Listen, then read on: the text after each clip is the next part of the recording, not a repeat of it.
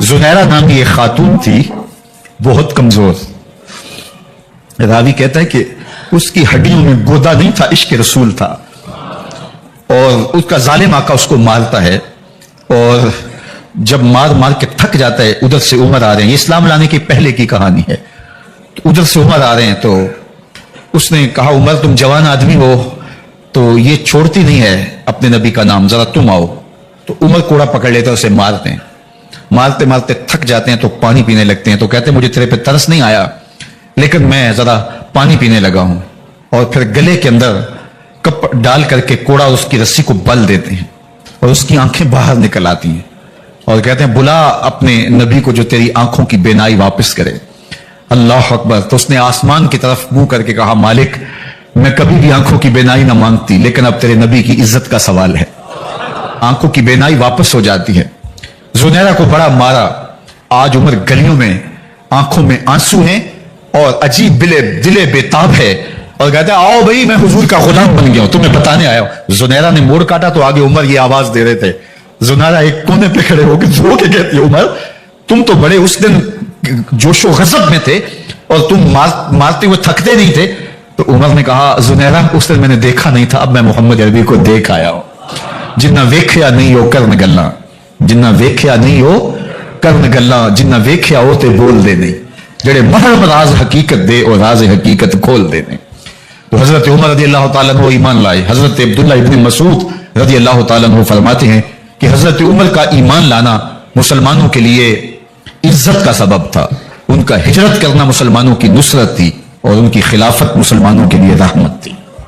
حضرت عمر رضی اللہ تعالیٰ عنہ وہ ہیں کہ میرے حضور نے فرمایا لوگوں جب نیک لوگوں کا ذکر کرو تو میرے عمر کا تذکرہ ضرور کیا کرو. میرا عمر وہ ہے کہ جب وہ ایک جگہ ایک سمت سے آ رہا ہو، ایک گلی اور بازار سے آ رہا ہو تو شیطان بھی آ رہا ہو، عمر کو دیکھ کے راستہ تبدیل کر لیتا ہے.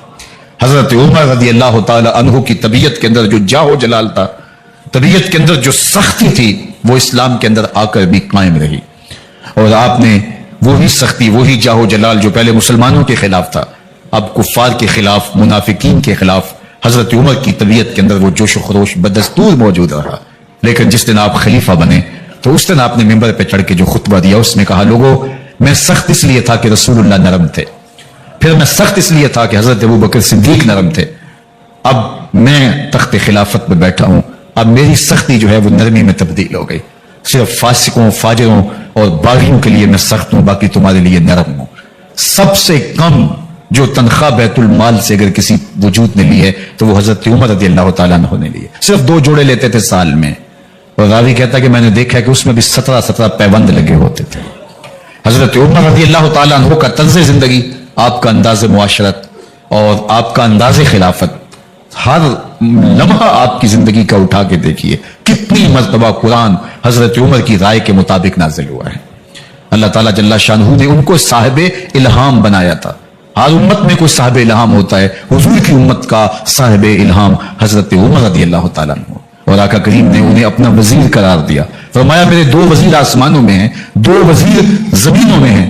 آسمانوں کے وزیر ابو جو ہے وہ جبرائیل اور میکائیل ہیں، اور زمین کے وزیر ابو بکر اور عمر ہیں رضی اللہ تعالی عنہما. تو اللہ تعالیٰ جل شانہ نے حضرت سیدنا صدیق اکبر کے بعد حضرت سیدنا عمر بن خطاب رضی اللہ تعالیٰ عنہ سے جو کام لیا، مختصر دور خلافت کے اندر 10 سال 6 ماہ 4 دن آپ نے خلافت فرمائی ہے. لیکن کہاں سے چلے اور یہاں مکران تک، بلوچستان کا حصہ ہے، یہاں تک آپ کے سلطنت کی حدود وسیع ہوئی. ادھر آرمینیا تک جا پہنچے، حمص فتح کیا، قادسیہ، یرموک. آپ ذرا دیکھیے کہ کہاں تک آپ کی فوجوں کے گھوڑے دوڑتے رہے، اور اللہ تعالیٰ جل شانہ نے ان کو جو توانائی، عدل و انصاف کی قوت عطا فرمائی. اللہ اکبر. جب زمین پہ عدل کیا ہو تو زمین بھی حکم مانتی ہے، اور حضرت عمر وہ تھے جن کا حکم ہوائیں بھی مانتی تھی، زمین بھی مانتی تھی، جن کا حکم جو ہے وہ آگ بھی تسلیم کرتی تھی اور دریا بھی ان کا حکم مانا کرتے تھے. مصر کے اندر رسم بد جاری تھی، یہ رسم بد جاری تھی کہ سال کے بعد 1-2 شیزہ کو زیورات پہنا کے اچھے لباس میں ملبوس کر کے دریا کی بھیڑ چڑھایا جاتا، اس کی قربانی دی جاتی، اس کا خون بہتا تو دریا چلتا. جب اسلام مسلمانوں نے مصر فتح کیا تو گورنر نے لکھا اسلام تو اس طرح کی رسوم کی اجازت نہیں دیتا، لیکن خشک سالی ہے، لوگوں کی فصلیں ویران پڑی ہیں، تو حضرت کیا کیا جائے؟ تو حضرت عمر رضی اللہ تعالیٰ عنہ کو جب قاصد آ کے پیغام دیتا ہے تو کاغذ کے ٹکڑے پہ لکھتے ہیں بسم اللہ الرحمن الرحیم، مصر کے نیل کی جانب عمر کا خط لکھتے ہیں، اے نیل اگر تو اللہ کے حکم سے چلا کرتا ہے تو چل، ورنہ ہمیں تیرے چلنے کی کوئی حاجت نہیں ہے۔ اور قاصد کو کہا یہ خط لے جاؤ اور جا کے دریائے نیل میں پھینک دو۔ قاصد جا کے خط دریائے نیل میں پھینک دیتا ہے، پانی آتا ہے، ایسا دریائے نیل چلا 14 صدیاں ہوئی ہیں آج تک کبھی بند ہی نہیں ہوا ہے۔ دریا حکم مانتے ہیں، آگ نکلتی ہے، لوگ حضرت عمر رضی اللہ تعالی عنہ کے پاس آئے، حضرت لاوا پھوٹا ہے، آگ نکل رہی ہے اور مدینے کی طرف بڑھ رہی ہے، اب کیا کیا جائے؟ فائر بریگیڈ تو زمانے میں تھی نہیں۔ عمر نے اپنی قمیض اتاری، جس قمیض پہ 17 پیوند لگے ہوئے تھے چمڑے کے، کہا یہ قمیض لے جاؤ، جدھر آگ بڑھ رہی ہے آگے ڈھالنا، آگ پیچھے بھاگ جائے گی۔ زلزلہ آتا ہے تو زمین پہ دھڑا مارتے ہیں، زمین رک جا، کیا عمر نے تیری چھاتی پہ عدل نہیں کیا ہے؟ تو یہ عمر ہے رضی اللہ تعالیٰ عنہ کہ جن کے انصاف کی وجہ سے، جن کے عدل کی وجہ سے اللہ تعالیٰ کی رحمات اور اس کی برکات کا نزول ہوتا تھا، اور اللہ تعالیٰ نے مسلمانوں کو وہ آبرومند حکومت دی۔ کائنات کی تاریخ کے اندر ایسی حکومت آپ نے نہیں دیکھی ہوگی جو حضرت عمر نے حکومت کی ہے۔ اللہ اکبر۔ فرمایا فرات کے کنارے پہ ایک کتا بھی پیاسا مر گیا تو اس کا حساب بھی عمر سے ہوگا۔ جب اتنے علاقے فتح ہو گئے تو ایک دن حضرت عمر بیٹھ کے رو رہے تھے، تو کسی نے کہا حضرت رو کیوں رہے ہیں؟ فرمایا کہ میں اس لیے رو رہا ہوں کہ فلاں پل سے بکریاں گزری ہیں، تو پل کے اندر شکستگی تھی، ٹوٹا ہوا تھا پل درمیان میں کچھ، اس میں ایک بکری کی ٹانگ ٹوٹ گئی ہے، تو میں ڈرتا ہوں کہیں اس کا حساب نہ لیا جائے، کہ میرا رب یہ نہ پوچھے کہ عمر تو نے پل صحیح تعمیر نہیں کروائے تھے کہ ایک بکری کی ٹانگ کیوں ٹوٹی ہے۔ یہ ہے حضرت عمر رضی اللہ تعالی عنہ۔ اللہ اکبر۔ حضرت سیدنا عمر رضی اللہ تعالیٰ عنہ کی پوری زندگی آپ دیکھ لیجئے، آپ دن کو گھر میں بیٹھتے ہیں، دربار خلافت میں بیٹھتے ہیں، اور آپ کا دربار خلافت کیا ہے؟ کوئی عالی نصب محل نہیں ہے، مسجد نبوی کا صحن ہے، وہاں بیٹھ کے فیصلے ہو رہے ہیں۔ باہر سے سفیر آتا ہے اور آ کے پوچھتا ہے کہ میں امیر المومنین کے، مسلمانوں کے حکمران کے دارالامارہ میں محل میں جانا ہے، تو وہ مسکرا کے کہتے ہیں ہمارے امیر کا تو کوئی محل نہیں ہے۔ کہا کہاں ہے تمہارا امیر؟ کہا مسجد نبوی میں ہوگا یا بیت المال کی اونٹوں کی دیکھ بھالی کر رہا ہوگا، ان کی دیکھ بھال میں لگا ہوگا۔ وہ جب گئے تو مسجد میں نہیں ہے، اللہ اکبر، وہاں گئے تو وہاں بھی نہیں ہے۔ پھر کیا دیکھتے ہیں کہ عمر رضی اللہ تعالی عنہ جنت البقیع کے پاس ایک درخت کے نیچے اینٹ کا سرانہ رکھ کے سوئے ہوئے ہیں۔ تو اس نے کہا عمر تو نے عدل کیا ہے، تجھے کچی اینٹ پہ بھی نیند آ گئی، ہمارے حکمرانوں نے انصاف نہیں کیا، اور وہ بند اور محفوظ قبروں کے اندر بھی سکون اور چین کی نیند نہیں سو سکتے۔ حضرت سیدنا عمر رضی اللہ تعالیٰ عنہ نے اس طرح ان امور سلطنت نبھائے۔ آپ دن کو لوگوں کی دیکھ بھالی کرتے، لوگوں کی ضروریات سنتے سمجھتے، اور جب رات پڑتی لوگ سو جاتے، عمر مدینے کی گلیوں میں پہرا دیتے۔ کائنات نے کوئی ایسا بھی حکمران دیکھا ہوگا؟ اللہ اکبر۔ وہ مجاہد جو مختلف محاذات پہ گئے ہوئے ہوتے، ان کے گھروں کی دیکھ بھالی کرتے، ان کی ضروریات کا خیال رکھتے، ان کی آبرو کا پہرا دیتے۔ راتوں کی تنہائیوں کے اندر حضرت عمر اٹھتے اور جا کے گشت کرتے، چکر لگاتے، دیکھتے کوئی آنکھ پر نم نہ ہو، مفلسی کا کسی گھر میں ماتم نہ ہو، لوگوں کی ضروریات کا خیال رکھتے۔ اللہ اکبر۔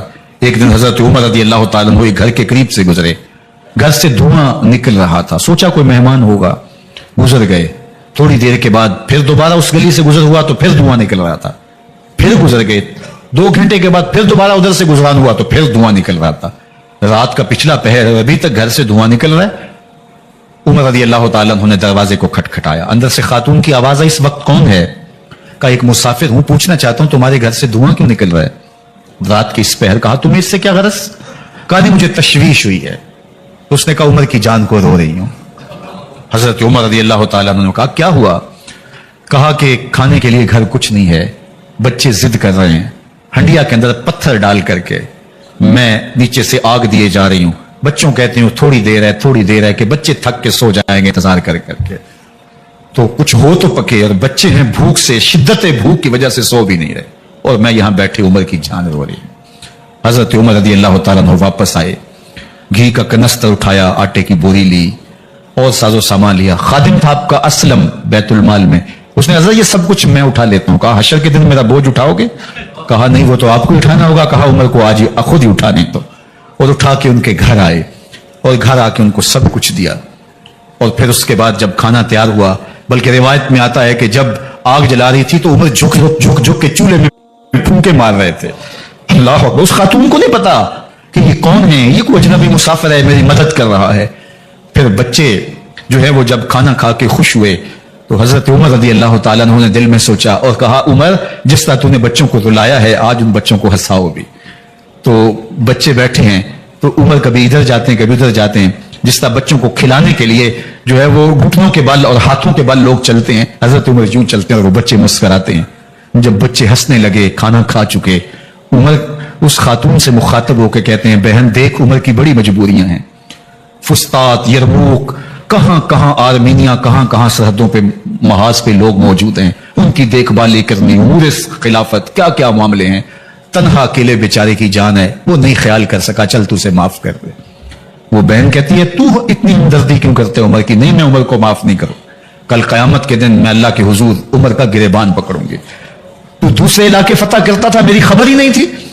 اللہ اکبر، جب یہ بات کی تو عمر چیخیں مار کے رونے لگے اور ہاتھ جوڑ کے کہنے لگے بہن یہ تمہارے سامنے تو عمر کھڑا ہے، یہ حضرت عمر تھے رضی اللہ تعالیٰ عنہ اور اللہ کے محبوب علیہ الصلوۃ والسلام کے خلیفہ راشد، دوسرے خلیفہ، 10 سال 6 ماہ اور 4 دن آپ نے خلافت کی۔ اور تاریخ کہتی ہے اگر عمر رضی اللہ تعالیٰ عنہ کو 10 سال اور مل جاتے، یا مغربی مفکرین کہتے ہیں کہ اگر کائنات کو ایک عمر اور مل جاتا پوری دنیا پہ مسلمانوں کی حکومت ہوتی، کہیں کفر باقی نہ بچتا۔ لیکن بد باطن لولو فیروز نامی ایک مجوسی غلام نے نماز فجر پڑھتے ہوئے حضرت عمر بن خطاب رضی اللہ تعالیٰ عنہ پہ حملہ کیا، زہر میں بجھا ہوا خنجر آپ کے جسم میں سرایت کر دیا۔ آپ وہاں سے اٹھا کے گھر لائے گئے اور 4 دن تک مسلسل آپ اس اذیت اور تکلیف میں رہے۔ جب آخری وقت آیا تو اپنے بیٹے کو بلایا، کہا بیٹا میں نے ام المومنین سیدہ عائشہ رضی اللہ تعالیٰ عنہ سے پوچھا ہوا ہے کہ میرے مرنے کے بعد حضور علیہ السلام کی قربت میں مجھے جگہ دے دی جائے، ہو سکتا ہے میں امیر المومنین مسلمانوں کا خلیفہ ہوں تو اس وجہ سے انہوں نے اجازت دے دی ہو، جب میں فوت ہو جاؤں تو ظاہر ہے خلیفہ نہیں رہوں گا، تو پھر جا کے ان کو دوبارہ کہنا کہ میرے باپ کا پیغام ہے، اگر وہ اجازت دیں تو مجھے حضور کی قربت میں دفن کر دینا، اور اگر وہ اجازت نہ دیں تو پھر جنت البقیع میں مجھے دفن کر دینا۔ جب حضرت سیدنا عمر بن خطاب رضی اللہ تعالیٰ عنہ کا انتقال ہو گیا تو آپ کے صاحبزادے ابن عمر حضرت عائشہ رضی اللہ تعالیٰ عنہ کے پاس گئے، کہا کہ میرے باپ کا سلام ہے آپ کے نام، انہوں نے آپ کو زندگی میں کہا تھا کہ حجرہ انور میں سیدنا صدیق اکبر کے ساتھ 2 گز جگہ مجھے بھی نصیب ہو جائے، تو آپ نے اجازت دے دی تھی۔ تو میرے والد گرامی نے فوت ہوتے ہوئے کہا کہ دوبارہ ام المومنین کے پاس جانا اور دوبارہ پوچھنا، اس وقت تو میں امیر المومنین تھا، ہو سکتا ہے وعدہ کر لیا ہو، لیکن اب اگر آپ اجازت دیں تو یہاں ہم قبر ان کے لیے کھود لیں ورنہ ہم جنت البقیع میں دفن کر دیں۔ تو ام المومنین سیدہ عائشہ رضی اللہ تعالیٰ عنہ رو پڑی اور فرمایا یہ جگہ میں نے اپنے لیے رکھی تھی، لیکن عمر نے اسلام کے لیے خدمت اتنی کی ہے کہ میں نے خود ترجیح دی ہے، اس لیے میں اجازت دیتی ہوں کہ یہاں عمر کو دفن کیا جائے۔ اللہ اکبر، اور پھر وہاں حضرت عمر رضی اللہ تعالیٰ عنہ کو دفن کیا گیا۔